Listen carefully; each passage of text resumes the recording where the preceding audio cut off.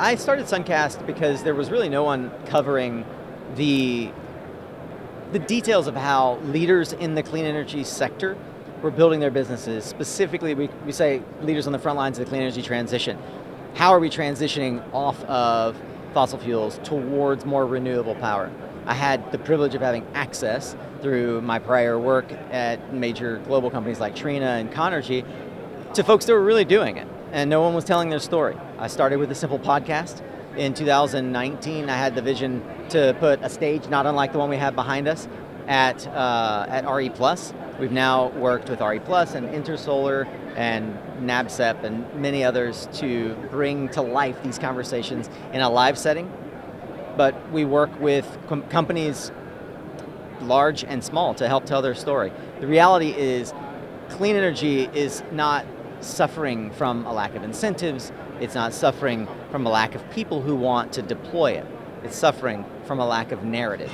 There just aren't enough people telling the right stories. And if we can fix that, then like all good products, it will find a home. I've been on this solar coaster since 2006, so 20 years. And this is probably the third or fourth downswing or trough in terms of overall growth or volume.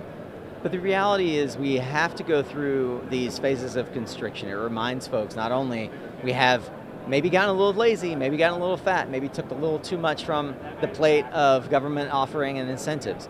We as a technology, as a product, do not really need incentives to make this work anymore. When we all got in the industry in 2006, there were very few places where solar as a technology could function at grid parity. It was places like Puerto Rico and Hawaii and Chile, where folks were paying 35, 40 cents a kilowatt hour. Well, lo and behold, here we are, fast forward 20 years, and your average residential homeowner is paying 40, 50, 60 cents a kilowatt hour peak power rates. Not only does solar work, but batteries work. We're in a post-incentive era at this point. Even the batteries, as we're hearing over and over again on these panels of operators, chief commercial officers, CEOs, who've deployed gigawatt scale batteries, solar panels, and even other clean energy technology, even heat pumps. The electrification of the home and even our workplaces is at a stage that I would consider in 2026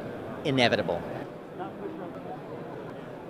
We're entering a phase now where it is very much a local fight. I mean, you see the western region of the United States considering separating themselves into an operating entity where California and its surrounding states can function separate from what federal policy might otherwise mandate, right? That's a sign that we're going to see a lot more local authority and local power, as that in many ways will separate the wheat from the chaff, where the markets value what renewables and battery energy storage have to offer.